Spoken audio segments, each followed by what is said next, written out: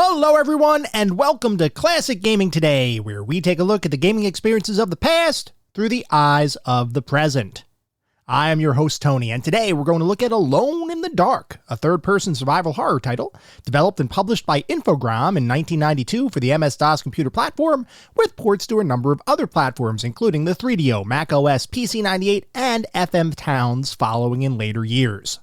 We're going to talk about that game in just a couple minutes, but first, as is usual, just a little bit of housekeeping up front. This is episode number 114. I'm excited to be here. I hope all of you are as well. If you'd like to reach out, let me know how I'm doing, provide feedback, comments, suggestions, or just talk about classic games and technology in general. I would love to hear from you, and there are a few ways you can reach out.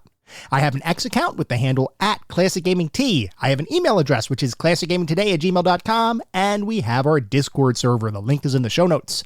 Discord is the best way to get in touch with me and the rest of the community around this podcast. We have a ton of fun out on Discord. We do weekly and monthly gaming challenges, prizes, awards, discussions. It is all out there. I highly encourage you all to check it out.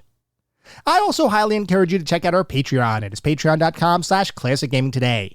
If you want even more Classic Gaming Today goodness, including a Patreon-exclusive bi-weekly podcast expansion pack, patreon.com/classicgamingtoday is where it's at.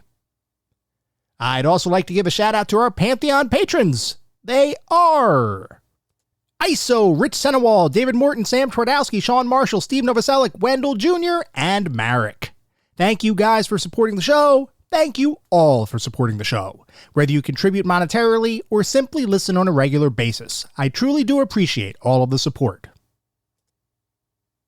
For anyone who may be new, welcome. I'd like to take a brief moment to go over the anatomy of an episode because, for the most part, all of our episodes follow a very similar format and structure. We will always start by talking about the history of the game in question, the historical context, how was the game made, why was the game made, and then we move into a pseudo-review kind of section. And I say pseudo-review because it's not like we assign a numerical ranking or star counts or anything like that, but we do talk about every single game from several different perspectives. We take a look at the graphics. How does the game look? The sound and music. How does the game sound? The narrative and or story, if the game has one. Playability and controls, and overall feel. What does it feel like to play the game today versus when it was released 20, 30, maybe even 40 plus years ago? We do all of that to reach a verdict as far as how well the game holds up today. And to do that, we assign each game to one of several categories. At the very top of our list is the Pantheon of Classic Gaming. If a game reaches the Pantheon, you know it is that darn good. It is a certifiable classic. You should go out of your way to play those games today. Just beyond the Pantheon are our golden oldies. These are still really good games. I still highly recommend you play them, especially if you enjoy the genre in which the game exists. You should have a good time. They're not quite Pantheon level, but they're still really worthwhile experiences, and I still highly encourage you all to play them today. Beyond the golden oldies, we reach our mediocre mentions. This is where we start getting into the realm of games that I cannot recommend to the broad game-playing population. They might have aged a little bit, might have had a couple of issues to begin with. You may still have a good time, especially if you enjoy the genre in which the game lives. By all means, give it a go, but I can't recommend these games to the broader population. And then beyond the mediocre mentions, we reach the footnotes. These are the games that are best left in the annals of history. I have played them, so you don't have to. I cannot recommend anyone play these titles today. They have either aged incredibly poorly, or they may not have been all that great to begin with. With that out of the way, we're going to start talking about the game of the day. That is Alone in the Dark.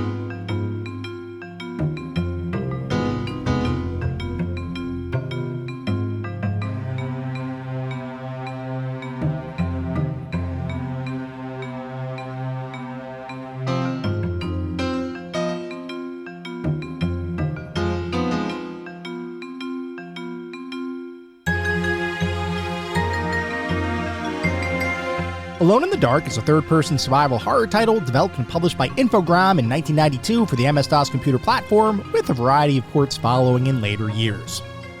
Before we can talk about Alone in the Dark, we need to talk about the game's creator, Frédéric Raynal, a French game developer who over the years would be responsible for some pretty revolutionary titles in the computer and video game industry. The thing is though, Raynal isn't exactly a household name, despite numerous accolades and industry firsts that in some ways rival the accomplishments of more well-known and celebrated game designers. Now, longtime listeners of the podcast will likely recall that we've discussed Raynal a couple times previously, so this community is probably a bit more informed than most. But for those who may need a bit of a refresher, we're going to review Raynal's early life and career, along with the series of events that would eventually lead to the creation of our game of the day, Alone in the Dark. From a very young age, Raynal had always been interested in technology, and he began creating his first games while he was still in high school, focusing on some simple games designed for the Sinclair ZX81 home computer. For those who may be unaware, the Sinclair ZX81 was a home computer primarily distributed in the UK, and was the immediate predecessor to the ZX Spectrum, which is perhaps a bit more well-known. At the time Raynal began developing his earliest games, he didn't have access to a ZX Spectrum because, well, it hadn't been released yet, so he settled on the ZX81, complete with 256 by 192 pixels of monochrome goodness, a 3.25 MHz 8-bit CPU, and up to 32 kilobytes of RAM. While those specs might seem downright paltry in comparison to what we have today, for the time, they were pretty much on par with other computer systems. And Raynal put those specs to good use, creating his first commercial game, Robix 500, while he was working at his father's computer shop. That game sold a grand total of 80 copies over its lifetime, which, as you might imagine, didn't really make it onto any sales charts. But it did prove to Raynal that he could, potentially, make money creating games. More successful, though, was a somewhat tangential effort that Raynal began working on a couple years later, which was the creation of a variety of emulators to access the Minitel online service. Now, if you're like me, you might be asking yourself, what the heck is a Minitel online service? Well, it turns out Minitel is actually an interesting slice of history itself, as prior to the World Wide Web, which we all know and love today, Minitel was the most successful online service in the world. Minitel was primarily a French online service launched in 1980, and right from its inception, it offered capabilities that wouldn't become commonplace on the modern internet for the next 15 years. Things like email, online purchases, chat, travel tickets. All of those and more were available on the Minitel service, and Raynal developed a number of Minitel emulators for use on a variety of models within the Amstrad family of computer systems, which was another European computer platform designed at the time to compete with the ZX Spectrum and Commodore 64 microcomputers.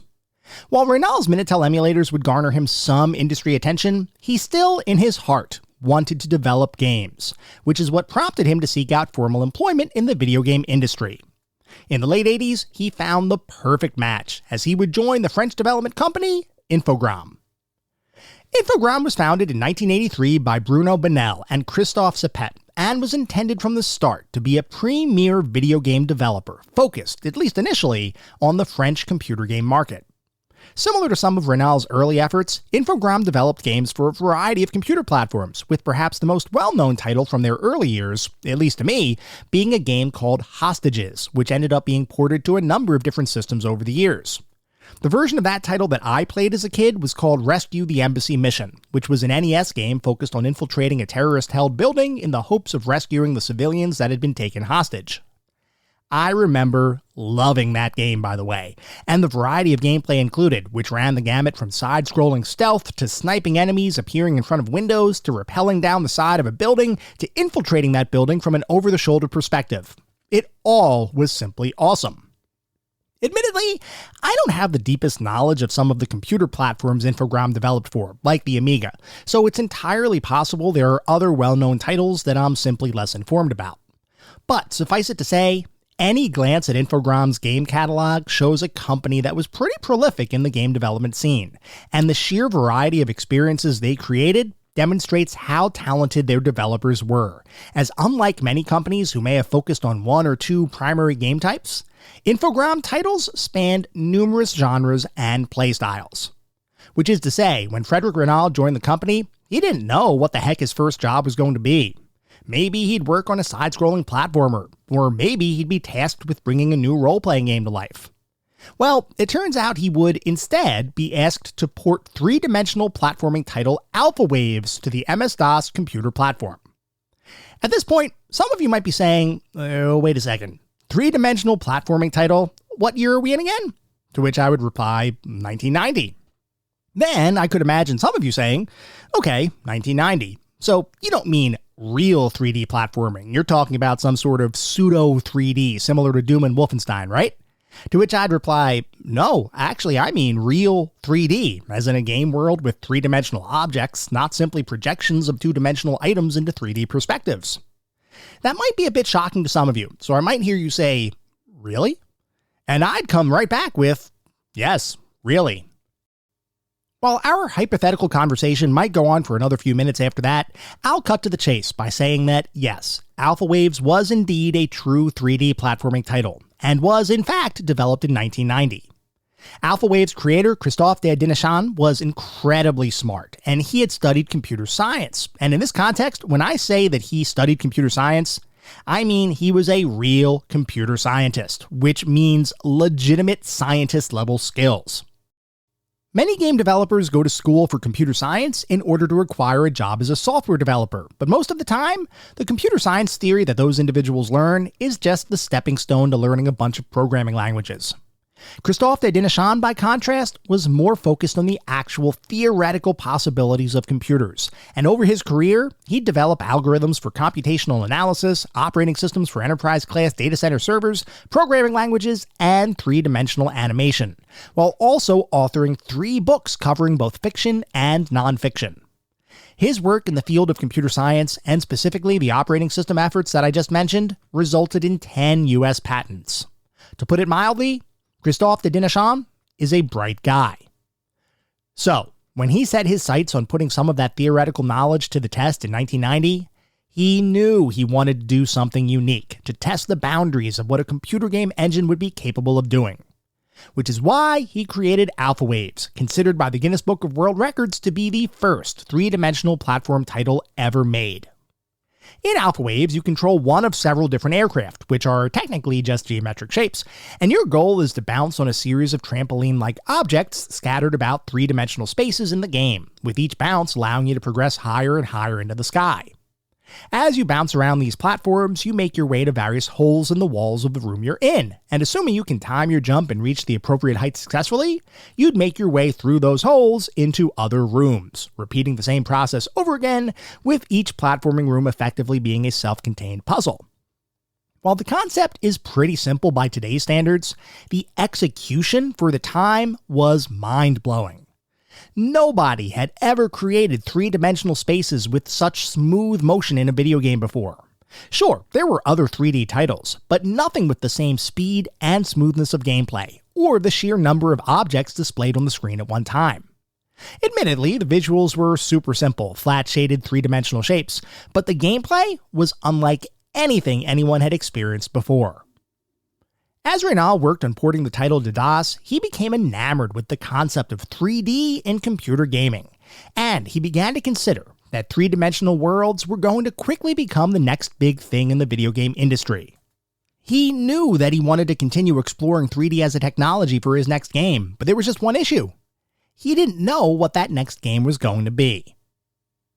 Despite not knowing what his next game was going to be, Renaud continued to independently learn about three-dimensional animation and graphics, in the hopes that his next game would be able to utilize these advanced techniques to create something truly original and revolutionary.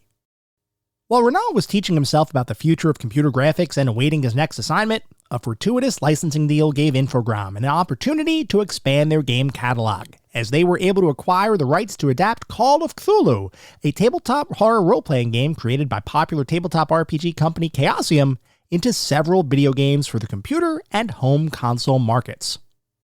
Call of Cthulhu, which, by the way, nobody can agree on the pronunciation of, was itself based on the legendary Cthulhu mythos created by H.P. Lovecraft, an American author whose varied interests led him to invent a fictional world whereby the Earth was, at one point, ruled over by a series of ancient creatures and deities known as the Great Old Ones, spacefaring beings who have since fallen into a deep slumber.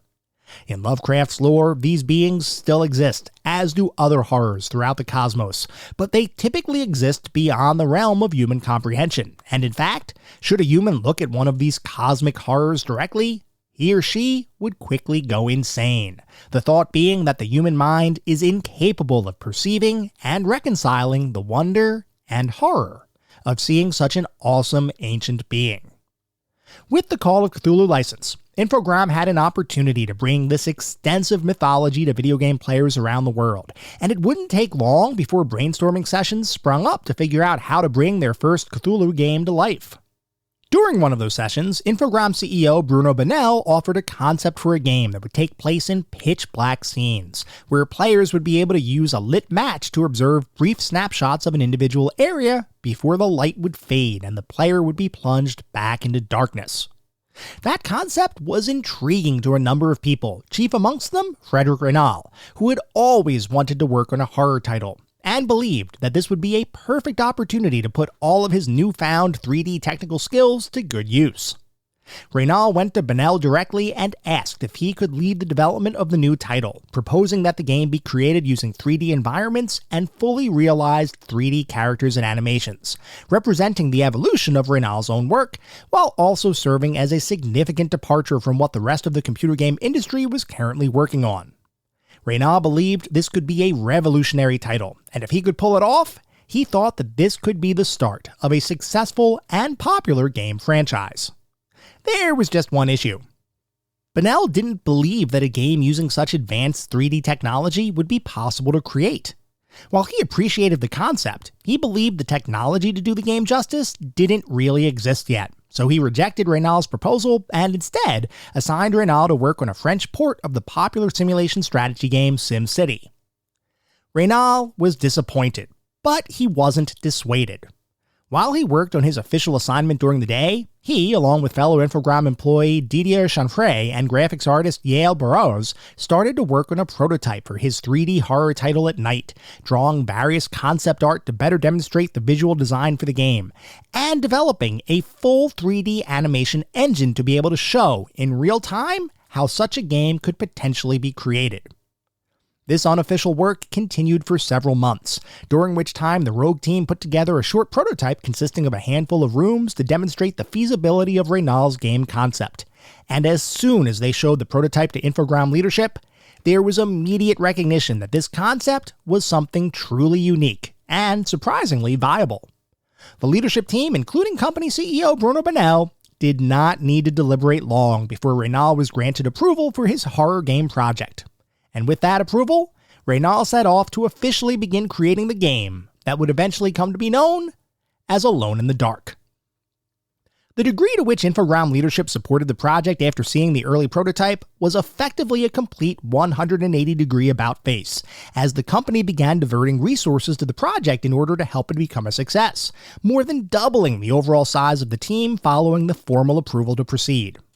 This included hiring Hollywood screenwriter Hubert Chardot to construct the game's overall narrative and script, the thought being that if the team was able to have access to true Hollywood talent, that their game would be all the better for it.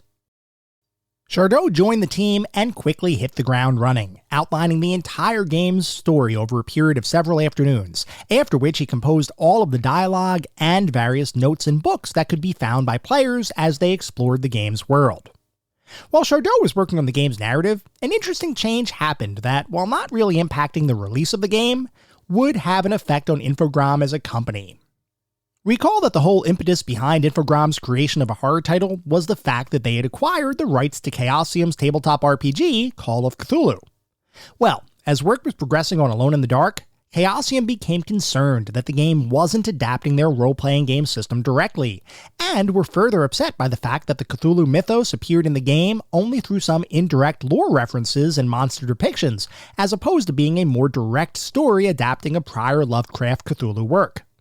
Chaosium believed that Infogrames wasn't holding up their end of the agreement, so they chose to revoke the Call of Cthulhu license, leaving Alone in the Dark as a standalone title untethered to any prior game, tabletop or otherwise.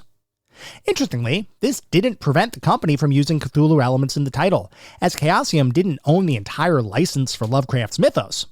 But it did mean that any future Call of Cthulhu titles were now off the table, which meant that Alone in the Dark was going to have to be an independent success if the company hoped to use the title as the start of a new gaming franchise. For his part, Reynal had fairly high aspirations for his game, but was also keenly aware of how difficult it would be for computers of the time to render realistic graphics. Recall that while Reynal had experience in 3D as a result of his work on Alpha Waves, those 3D graphics were simple, flat-shaded shapes. They were not, by any standard, realistic. Because of that experience, as well as the available technology of the time, Reynal came to the conclusion that computers of the time were incapable of rendering graphics that would create fear and dread among players. So he decided to tell most of the story elements via text, the same story content that Hubert Chardot was actively working to author. Despite the technological limitations, though, Reynal's plan was still to create a fully realized three-dimensional world, with real photographs to be used as the foundation for three-dimensional rooms placed throughout what would end up becoming the game's 1920s-era haunted mansion. But this also proved to be challenging, and eventually, it was determined that creating fully realized 3D spaces would be too difficult to implement for the game. So the team came to a compromise. Each background in the game was actually made of two-dimensional images, while characters and items were true three-dimensional models made of approximately 250 polygons each, which by today's standards is downright paltry, but for the early 90s represents an impressive amount of detail for a three-dimensional game object. Now, because 3D dimensional models were being combined with two-dimensional backdrops, each and every scene in the game had to be presented very deliberately so as to maintain the illusion of the player traversing a true three-dimensional space. So the game's development team settled on the concept of utilizing fixed camera angles and various scene and camera angle transitions as the player explored the game's environments. Interestingly, while the reason behind the fixed camera angles was purely technical, that restriction actually ended up improving the game's tension and horror elements, as the design team was able to frame scenes using cinematic techniques, striving to create the most dramatic and scary camera shots that would, ultimately, serve to instill a sense of dread in the player. Further inducing dread in players were the various traps that Reynal asked the team to include in the game's environment, whereby a single misstep could seemingly randomly result in player death. Something I found interesting is that Reynal intentionally added these hidden death traps in the game, with the intent of heightening players' fear of randomly dying while playing. The fact is, the number of death traps throughout the entire game is relatively low, but I can tell you from personal experience, the first time you walk down the hall and randomly fall to your doom because of a set of broken floorboards, you really do feel like every hallway could potentially kill you. We'll talk about whether this design decision was truly fear-inducing or simply unfair later on, but suffice it to say, Reynal accomplished his goal of making players overly cautious as they continued to explore the various locations throughout the game's world.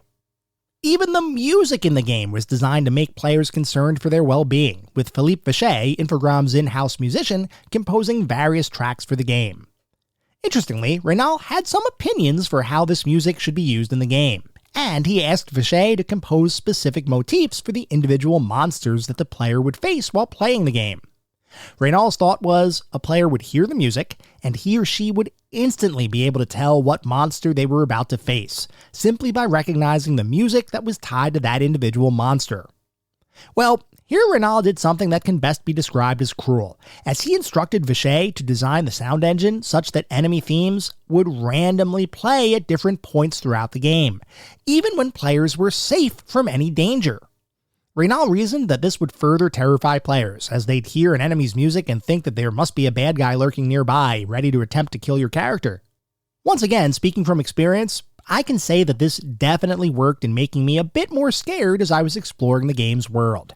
And knowing now that Reynal added in that feature simply to induce fear in players makes me both respect, as well as hate, Reynal for his understanding of human psychology.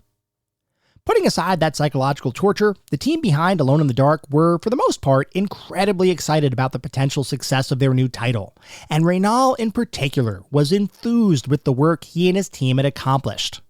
However, things would take a bit of a turn when Reynal and the team began testing the game and identifying bugs to squash, and all of that optimism would eventually evaporate as Reynal began to believe his finished product to be riddled with issues that players would likely find, causing them to subsequently hate his game. Further exacerbating Reynal's feelings towards the game was the fact that Infogrames removed a line in the game's credits that had previously read, "Game created by Frederic Reynal," to read simply, "Game created by Infogrames." Reynal believed this was a slap in the face, and was a way of the company failing to give him the appropriate credit for his work in both conceptualizing the game and bringing the title to life. This ended up deeply affecting Reynal on a personal level, and he would even say in later interviews that this situation was one of the most traumatic events of his life, and would certainly make it so that Reynal didn't feel nearly as much loyalty to the company in the future. Despite the general souring of moods as the game neared completion, eventually everyone was content with the title, and Alone in the Dark would release for the MS-DOS computer platform in 1992, with a number of ports to various geographic regions and other computer and console platforms following in later years. Upon its release, Alone in the Dark was met with critical praise, with many publications declaring the game to be a revolutionary release in computer games, with graphics and gameplay unlike anything that had come before it. Countless critics claimed the game's use of various camera angles and graphical tricks created the feeling that you were playing an interactive horror film, and several publications even ended up naming Alone in the Dark to be one of the best games of the year. Over time, Alone in the Dark would continue to be critically lauded and enjoyed by players around the globe, en route to 2.5 million copies sold in the years following its release, while the title would further be named to a significant number of best games of all time lists across the industry. Even beyond industry accolades, Alone in the Dark would be recognized in pop culture by being named the very first 3D survival horror video game, a distinction awarded by the Guinness Book of World Records. Alone in the Dark, by all accounts and measures, was a certified classic. With such success, you might assume that a sequel would eventually be in the cards, and here, you'd be right. Only here, there would be contention between Reynal and the Infogrames leadership team from the very start of the project, with tensions from the development cycle for the first game leading to strained relations as work on Alone in the Dark 2 began. While Alone in the Dark was being developed, Infogrames leadership was often hesitant to explore new ideas that deviated from the general concept Reynal had presented previously, and Reynal became frustrated with leadership's hesitation to take risks with new, albeit unproven, game mechanics. Reynal was focused on experimentation and creation, while Infogrames was concerned that trying too much too soon might hurt sales, and at the end of the day, Infogrames' direction always ended up trumping Reynal's efforts. Interestingly, given the success of Alone in the Dark, Infogrames would be proven wrong in their assertions, but as work began on its sequel, Reynal once again felt like he wasn't free to try new ideas, or explore different game mechanics that deviated from the original game. Infogrames effectively wanted a direct sequel with some light gameplay changes, like more of a focus on action, while Reynal wanted to continue to explore more horror themes and elements, while also including more action than its predecessor.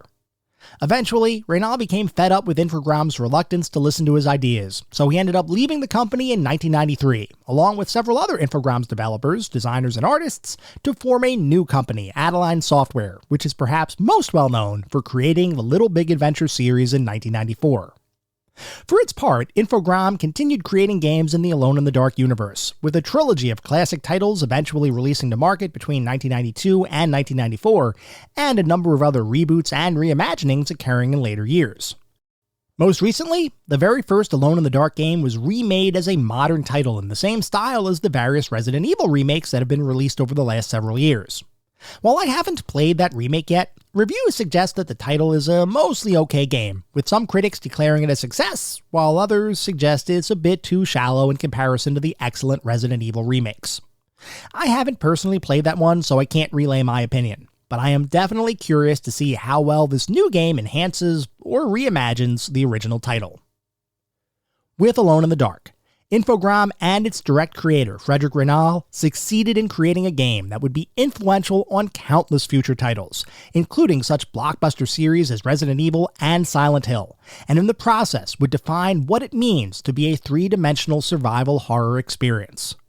While history more often remembers Resident Evil over Alone in the Dark, the fact is that Renaud's horror classic should be recognized in its own right. In the eyes of countless gamers, Alone in the Dark is survival horror, and regardless of how well known it is today versus the more popular titles that were more directly influenced by it, the fact remains that Alone in the Dark is an incredibly important release in video game history, and as such is a title that undeniably deserves to be remembered.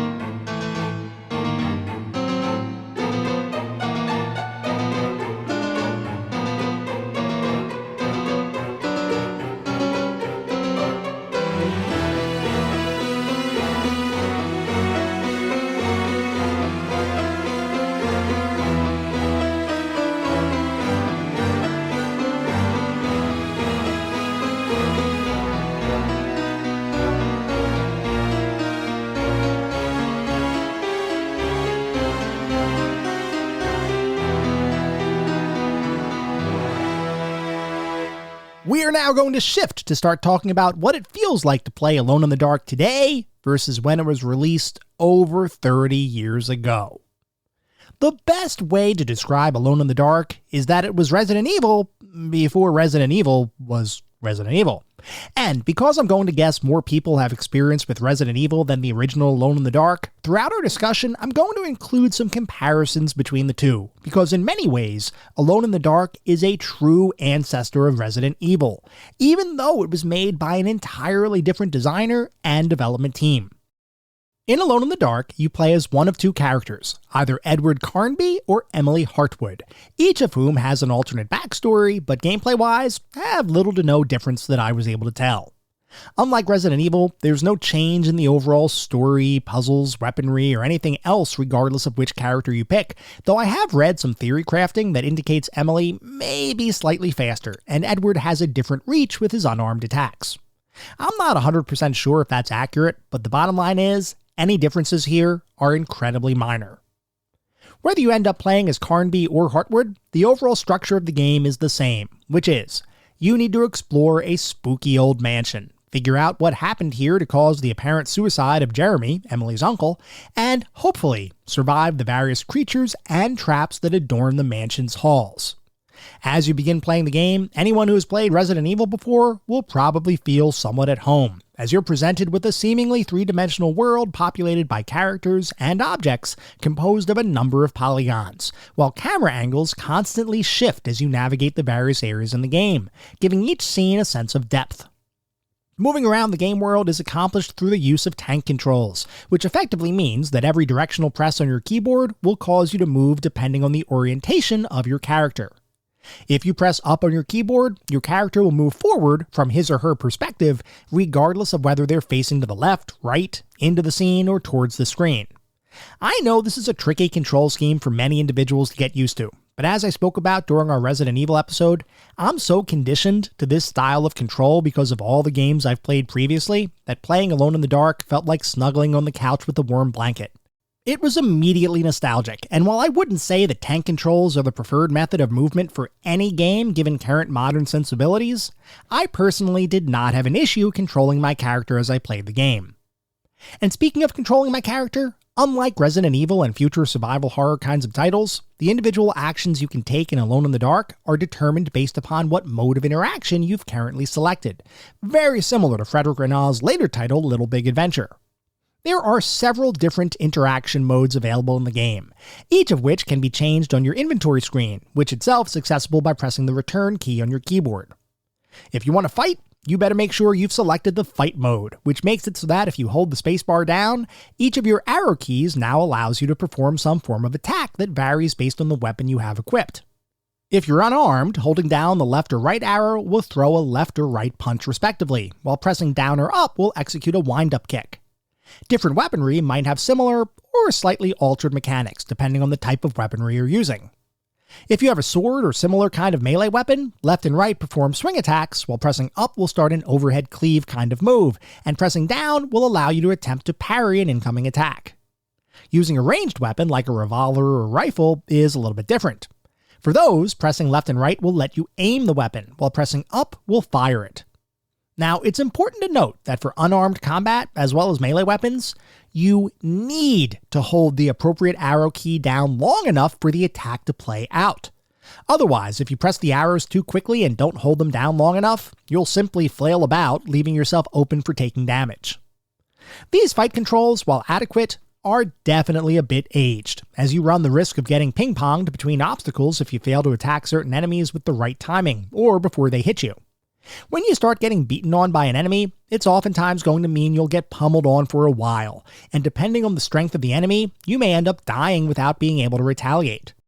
This is very similar to Reynal's later game Little Big Adventure, which I had critiqued for having situations where if you get caught in an enemy's crossfire, you'll usually take more damage than you ever expected, simply because they can trap you in place and continue wailing on you without giving you an opportunity to react or get away. Alone in the Dark isn't quite as egregious as Little Big Adventure in this regard, primarily because you can build up a pretty sizable number of hit points through finding several different restorative first aid flasks throughout the game, but if it does happen, you'll likely be in for a world of hurt. Actually fighting enemies is a hit or miss experience, literally, as you're probably going to have a bit of difficulty judging the range of your attacks in order to hit your enemies before they hit you. If you do get the drop on an enemy, you can often time your attacks to effectively make it so that they can't attack you without taking damage and getting stunned, which honestly, I kinda loved. I know it might feel like a cheap thing to do to perma-stun an enemy, but the fact is, they can do that to you as well. So in this game, that's simply leveling the playing field from my perspective. Overall though, the combat here is definitely primitive, and while it serves its intended purpose in the game, you can really tell that this is a very early three-dimensional survival horror title.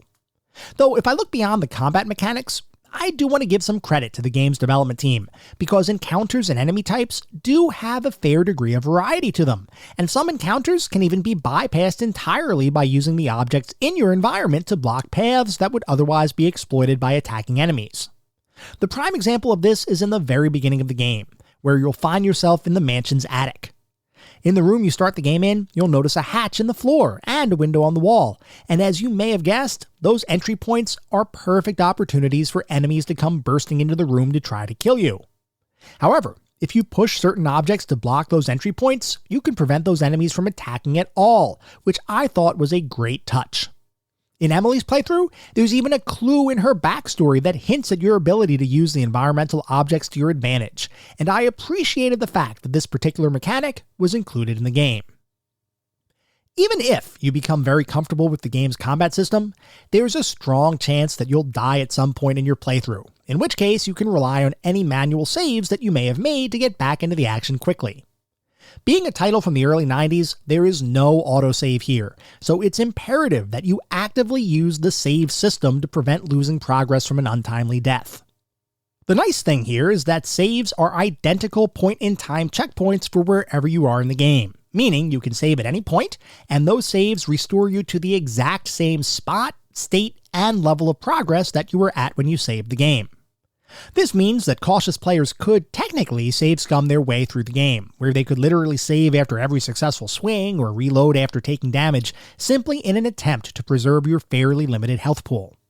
That said, there are a limited number of save slots available, which means you do need to be a bit deliberate about when you save the game, lest you find yourself in a situation where your most recent saves don't allow for a smooth recovery from whatever situation you may find yourself in. I've heard the game doesn't have any true dead-end states in it, but I will tell you from personal experience that you can really mess your playthrough up if you end up going to a certain spot before you retrieve a certain critical item. Given the amount of backtracking I would have had to do to recover from my unforeseen blunder, I decided to simply reload an earlier save, rather than test whether the game would have allowed me to return to the previous location where I had missed that critical item. So it's possible I may have been stuck, but moderate use of the save game feature allowed me to recover with much less wasted time spent. Other than avoiding dead-end states or combat-related deaths, there's another reason why you might want to save your progress, and that is the fact that the game employs a number of traps throughout the environment that will kill you mercilessly, oftentimes without any sort of warning that you're about to walk into a truly dead-end situation. Feel like exploring every room in the mansion and figure, hey, I might as well open that door over there to, just see what might happen. Well, if you pick one very specific door to do that to, you will die instantaneously. Or maybe you think to yourself, I'll just walk across the floor here to get to the other side of this hallway. Maybe that'll work, but in at least one instance, that action results in the floor falling out from under your feet, plummeting you to your death. Though I will say for this one, the floor did look a little questionable to begin with, so this particular trap did telegraph its dangers a bit better than some other traps. You also may see an unmoving ghost in certain rooms and think, what'll happen if I touch it? Nothing good, it turns out, as touching one of these unmoving apparitions will cause them to turn into a bunch of spheres of colorful destruction before they envelop your body and disembowel your very soul right in front of your eyes. Or at least that's what it felt like was happening. In reality, you kind of just die. But considering the sound effect that accompanies a ghost going all supernova on you, I think that the actual violence here was way worse than what the game was able to depict. Now, I don't mind games having potentially deadly traps and pitfalls, but what I do mind are traps that spring out of nowhere without any sort of indicator that you're about to unintentionally kill yourself. Luckily, there aren't a ton of those traps in the game, but the ones that are there could potentially feel a bit unfair, and are certainly more trial and error based as opposed to observational. What's a bit more irritating is a variety of monsters and enemies that are unable to be defeated simply because there's no indicator that any given enemy can't be defeated, short of you wailing away on it for a number of minutes and making no appreciable progress. This for me is a bit of a mixed bag, because I can appreciate that certain enemies might be indestructible for some story-related reason, or perhaps because they're more of a puzzle to be solved as opposed to a purely combat-based encounter, and I can wrap my head around that. What I dislike, though, are when enemies are simply there and unable to be damaged, without any reason given as to why that's the case. Take, for example, an enemy I shall affectionately classify as a bathtub jellyfish. Sure, you could argue that because the enemy is trapped in a bathtub, the main way to deal with it is to simply avoid its attacks. But it's very possible that you might end up trying to attack the monster and wondering why your attacks do no real damage. Well, the reason is that the enemy is simply indestructible, and no matter what you do to it, you will never defeat it. Now, I should clarify that it didn't take long before I realized that this was an enemy to be avoided rather than fought, but I still dislike the concept of enemies that can appear to take damage, only to, in reality, not be damageable. It's a minor critique, but something that did stand out as I played through the game. Anyway, moving on from combat and the various ways the environment itself will kill you, the next interactive mode you'll play around with is probably going to be open/search, which, as the name implies, allows you to open various objects like desk drawers or doors, and also search around the environment for potentially hidden and useful items. Picking items up in this game can sometimes require you to search for them, while other times, particularly if an item is visible and able to be walked into, you can simply collide with the item to be given the option of adding the object to your inventory. Opening and searching are accomplished by holding down your spacebar, similar to how you can begin attacking enemies by depressing space and then using your arrow keys to attack. Opening and searching is a more passive kind of thing, and doesn't require any directional inputs. Simply pressing and holding the spacebar at the right time or in the right place will let you explore the world around you. And that world is populated by a pretty diverse and extensive list of items that you can potentially pick up and use, including weapons, support items, quest-specific objects, lanterns to light up dark rooms, keys to allow further progression into the mansion, and a number of items that can either assist you or simply take up inventory space. And let me tell you, inventory space in Alone in the Dark is certainly something that's at a premium. You know how in Resident Evil you're able to visualize the inventory space you have available, primarily because the game explicitly tells and shows you how much space you have? Well, Alone in the Dark also has inventory restrictions, but there's no visible indicator as to how much space you have left and how close to full you may be. From what I can tell, the inventory operates based on the weight of the objects you have in your possession, not necessarily the number of items you've picked up. This makes perfect sense from a logical perspective, but while playing the game, it can sometimes add a bit of frustration to the experience. There were several times where I attempted to pick up some critical required item, only to be told that I was out of space and couldn't actually pick it up. In those instances, your only recourse is to drop unnecessary items on the ground, though this itself is a double-edged sword, as you never really know what items are needed or not, or potentially usable later in the game, especially if you're playing the game blind without the use of a guide. You could conceivably get yourself into a really tricky situation where the item you need to progress the game was left all the way across the mansion. And while backtracking is possible here, for the most part, it is a bit cumbersome to need to retrace your steps to pick up an item that you assumed you were done with, only to discover that you desperately needed it later on. This style of inventory management is most similar to Resident Evil 0, which did away with the series' interconnected item boxes in favor of an experience more similar to its own ancestor, the Famicom horror title Sweet Home, where you needed to drop items on the ground to make room for other items. Alone in the Dark used this mechanic directly, which presumably was inspired by Sweet Home in some capacity, as Resident Evil 0 would only be released years later. I'm not 100% sure if Sweet Home truly did inspire this particular mechanic, but regardless, the two were very similar in that regard. While you'll pick up a ton of different items as you play the game, some of the more interesting ones are the various books and notes that you'll find throughout the game world. In a style very similar to Resident Evil, most of the underlying story and lore for the game are told to you via these notes and books, and while I don't recall any being required to truly beat the game or solve any of its underlying puzzles, short of giving some hints here and there, I appreciated learning more about the events that caused this particular spooky mansion to exist. Depending on what order you explore the mansion in, and which books you read when, you may have a better understanding of the plot, or things might seem just a smidge out of place. Regardless, the books and notes are a nice touch, and I enjoyed reading them, or if I was feeling lazy, letting the disembodied voices of different characters read them to me, since each note is accompanied by a voiceover intended to represent the individual who had written the note. As you play the game, the fighting mode and the open/search mode are likely the two modes of interaction that you'll use the most, since those functions really do represent the core gameplay experience for Alone in the Dark.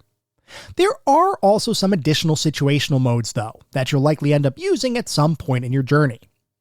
Well, except perhaps for Shut, which is an interaction mode that literally only exists to allow you to shut doors. I suppose it's possible that you'll face a situation in-game that would warrant using this action, but honestly, I can't recall a single time throughout my time with the game where I ever needed to actively shut something. Maybe you could use it to close a room to prevent one of the evil creatures from pursuing you? I'm not really sure, because from my perspective, the action was entirely unnecessary. It's possible I missed something, but regardless, even if you do find a reasonable use for the shut command, it's definitely not something you'll be turning to a ton throughout your playthrough. More useful is the push mode, which allows you to move certain objects around the environment, like in the attic scene I mentioned earlier, where you can effectively block off certain entrances into the room by maneuvering objects in front of those entrances, preventing enemies from being able to get into the room. I appreciated the ability to move certain objects around, and there are certain sections of the game where you need to push things in order to progress further, so this one does serve a very real purpose. I did find it somewhat interesting that there was the need for an additional interaction mode simply to push an object around though, because in future efforts like Resident Evil, the game engine is smart enough to know that walking into an object that can be moved likely means you want to try to move that object. This is certainly a function of the time in which Alone in the Dark was created, and somewhat reflects a similar design as many older adventure titles, where you didn't have default click actions or turning something on and then off required separate commands entirely, rather than a more generic use command. I'm not critiquing the game in the slightest about this point, because I fully realize this is just the way game design was like back in the early 90s. I mention it just to shine a spotlight on that design, since I find the way design paradigms evolved over time to be a fascinating, if somewhat niche, area of study. Anyway, the final interaction mode is the jump mode, which is only available in a couple of very specific sections of the game, and does exactly what you'd expect, which is to make your character jump. Depending on if you're stationary, moving, or sprinting, the jump you execute will be slightly different, with a running leap covering more ground than a stationary hop forward. I will say, this is one mechanic that took a little getting used to, and even though it's only usable in a couple sections of the game, it can be a bit frustrating to use in practice. Ultimately, this was more of a timing issue on my part, and once I figured out the appropriate time to execute a jump, and in particular a running leap to avoid a certain trap later in the game, things became a lot more straightforward. Interestingly, the ability to jump is used to introduce some light platforming action to the overall experience late in the game, and I have to say, the platforming here is not all that great. It's not difficult to judge your jumps, and I did feel like the way the platforming was integrated added a bit of additional tension to the overall experience. But Alone in the Dark is at its best when it's presenting an enemy to fight off or avoid, or a puzzle to solve, or a piece of lore to uncover. Platforming? That's really not its strong suit. And speaking of puzzles, the game does include some very light puzzle kinds of situations, such as a hallway with multiple paintings that you need to figure out how to mitigate damage from, or a pair of enemies blocking a set of stairs that can't be defeated with combat, but need to be defeated in order to progress in the game. For the most part, these puzzles are very lightweight, but it might take you some time to make the observational leap needed to even figure out that there's a puzzle to solve, which can feel a bit odd in practice. There was one section in particular where I thought the objective was to cleverly avoid damage rather than taking some set of actions to prevent that damage from happening in the first place. I appreciated the fact that the puzzles were there, but they are much more environmentally focused, and you'd be forgiven for missing the fact that you're actually trying to solve a puzzle as opposed to simply playing the game. Overall, the good outweighs the bad here, but I think the puzzle situations could have been signposted a little bit better than what they were. All that said, the combination of lightweight puzzles, enemy encounters, lore discoveries, and the overall act of exploring the environment all combine to create a memorable, albeit somewhat dated, early survival horror experience. We'll talk more about the specific aspects of the title in just a minute. But first, as we always do, we have to take a look at the back of the box, because, as you all know, I love looking at the back of the box for these games. I love learning how different companies marketed their titles, especially in the era of gaming that we typically look at. Most of the time, around this time, we didn't have a pervasive internet. We didn't have always available information. If we were buying a game, a lot of times our buying decision was based on maybe reviews we might have read in magazines, word of mouth from friends or family, and what the game looked like in the store. We were walking around a store, we might see a box on the shelf that looked cool. If so, we'd pick it up, flip it over. Did the back of the box make the game sound cool? If so, we might buy it. If not, back on the shelf it would go.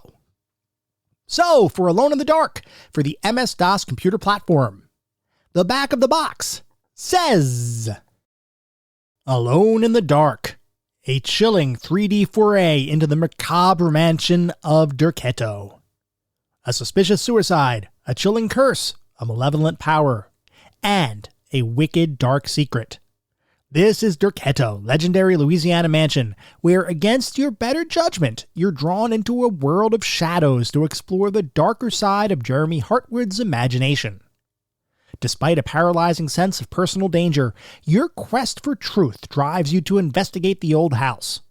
But you didn't know that by entering Derketo, you'd be plunged into the daily nightmare that was Jeremy Hartwood's life. You weren't prepared for the torturous howls that resound from deep within its halls. You didn't foresee the shadowy corridors that seemingly have no end. You couldn't anticipate the brooding, gloom-filled rooms, the pervasive weight of dread, the heavy sense of evil that fills the atmosphere and the very house itself. Had you known, you might have refused your task.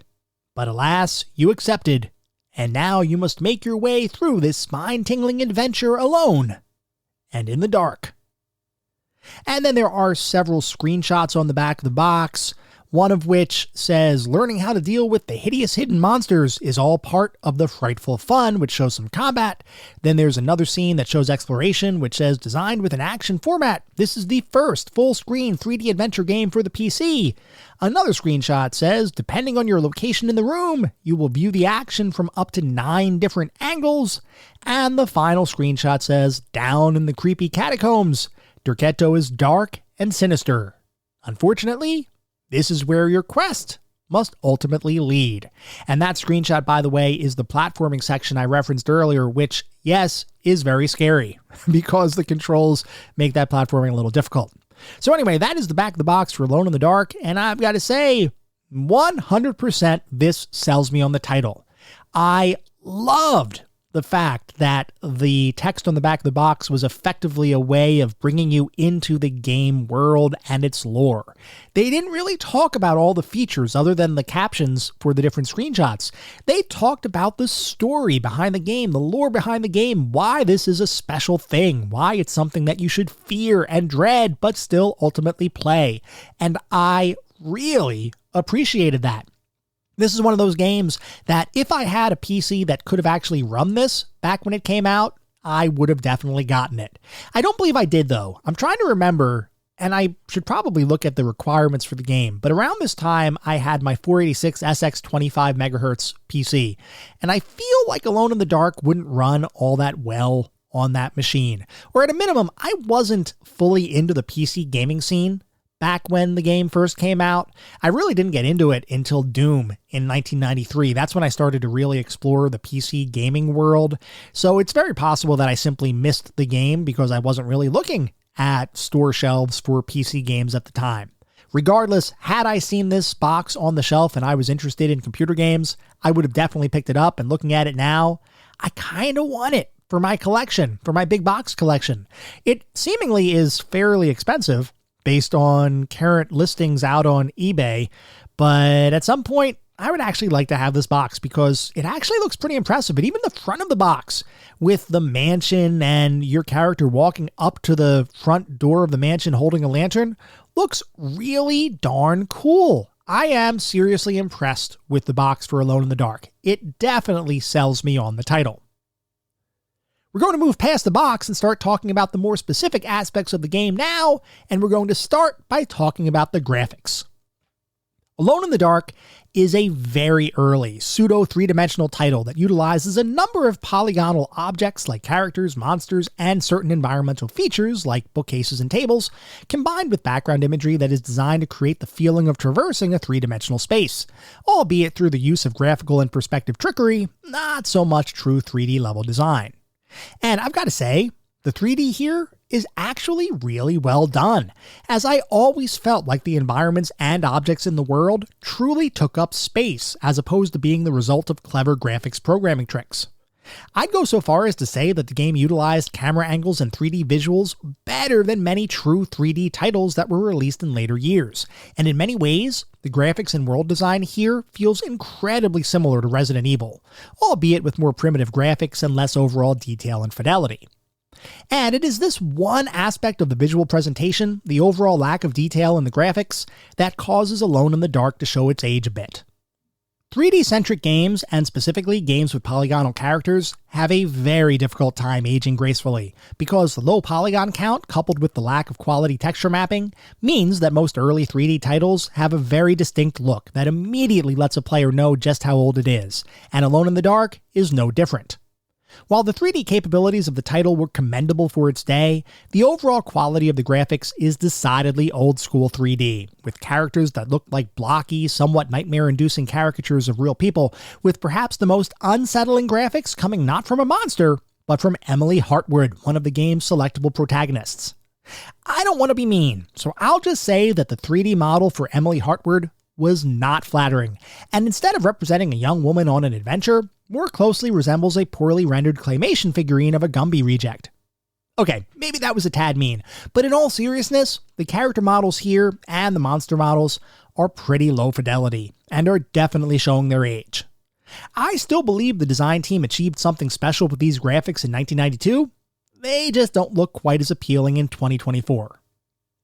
Animations, meanwhile, are all decent enough, though they too suffer from lower fidelity visuals and smoothness than what most gamers are used to today. This doesn't really detract from the playability of the game at all, but it does warrant mentioning.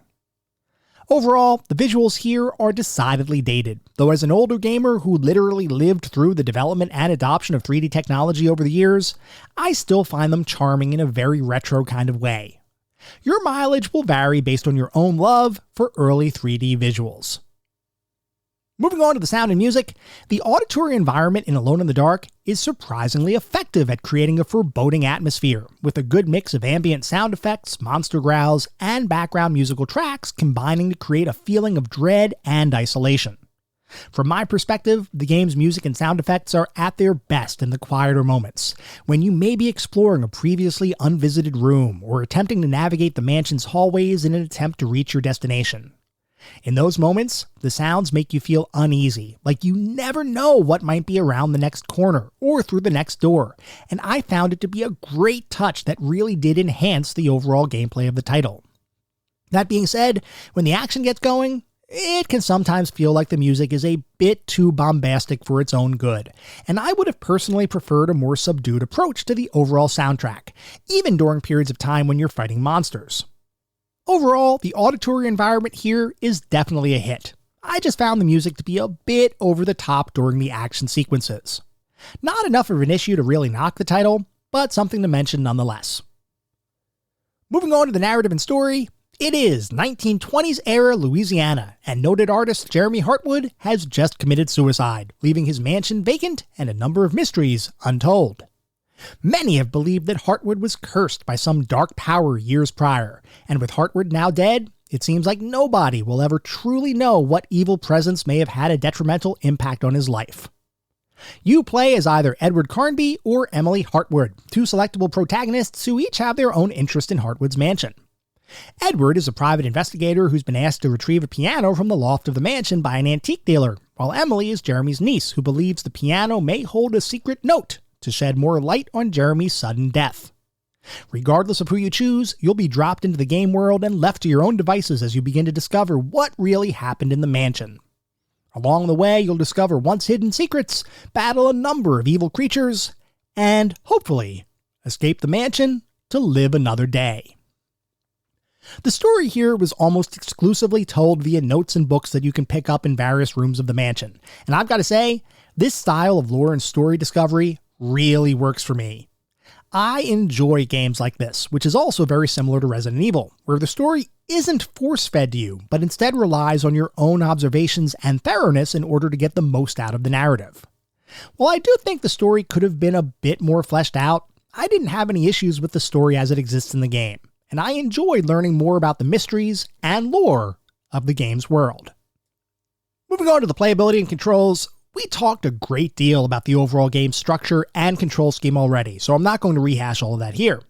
What I will say though is that the game controls pretty much as well as any early 3D-centric title with tank controls, which is to say, if you're familiar with that style of gameplay, you should be fine, and if you're not, you might need a little time to get used to the overall gameplay mechanics.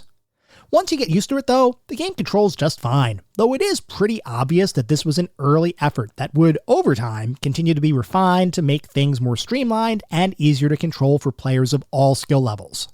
Still, this was one of the titles that defined the framework and structure for future 3D survival horror titles, and as such, it is definitely an effort that deserves recognition. I do think some elements of the overall playability aged worse than others, like the various traps embedded throughout the environment that could very easily surprise unsuspecting players with an unexpected death, with no real clue or telegraphing preceding that death. That's a design paradigm that has fallen out of favor over the years, and for good reason. Deaths without any way to avoid them short of being psychic are not good design, at least in my opinion, and Alone in the Dark is definitely an example of this older school style of gameplay. While I can appreciate the overall design of the title, I do still recognize that this style of design is not really as well liked today, and many players may immediately balk at the unfairness of some of the deaths they'll encounter throughout the game. For me, it's not a huge deal, but it is something that you should be aware of before you sit down to begin playing the game. Otherwise, Alone in the Dark controls well and remains playable, albeit with some caveats, even today. And when you sit down to play it today, you will recognize that Alone in the Dark is an old-school survival horror experience that, while definitely not modern by any stretch of the imagination, still features a number of mechanics that form the foundation of future survival horror titles, and playing Alone in the Dark feels like playing a prototype of a lost Resident Evil game. I don't mean that as a slight against Alone in the Dark, as I fully recognize that the reason Resident Evil ran is because Alone in the Dark walked. I'm simply trying to provide a comparison so that individuals who may not have experienced Alone in the Dark directly can understand what it feels like to play the game.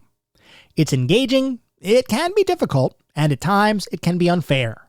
But regardless of all of that, it's still a fun, albeit dated, survival horror experience. So what is our verdict on Alone in the Dark? Well, Alone in the Dark's design, while incredibly influential, does lose just a little bit of its luster when compared to modern design sensibilities. As long as you can see past the aged design elements, I do believe you'll find a lot to like here. But I also believe that not everyone will stick around to see that goodness blossom, which is why Alone in the Dark has just become our newest golden oldie.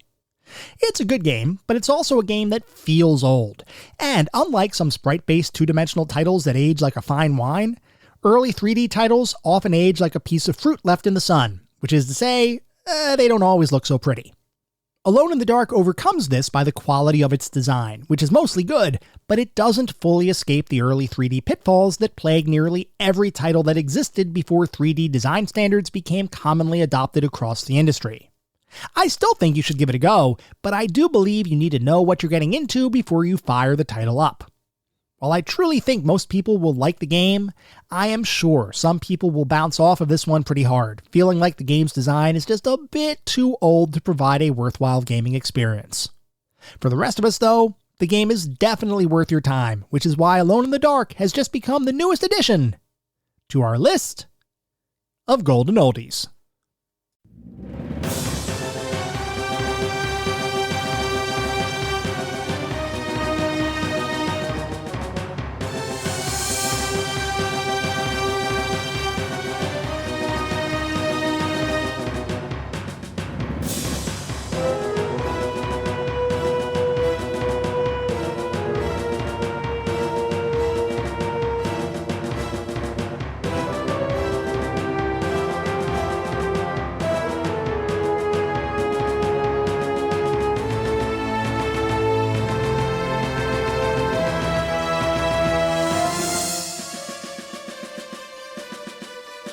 That was our episode on Alone in the Dark. I hope you all enjoyed listening to it as much as I enjoyed creating it.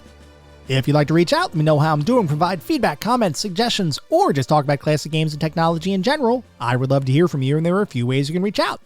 I have an X account with the handle @ClassicGamingT. I have an email address, which is classicgamingtoday@gmail.com, and we have our Discord server. The link is in the show notes.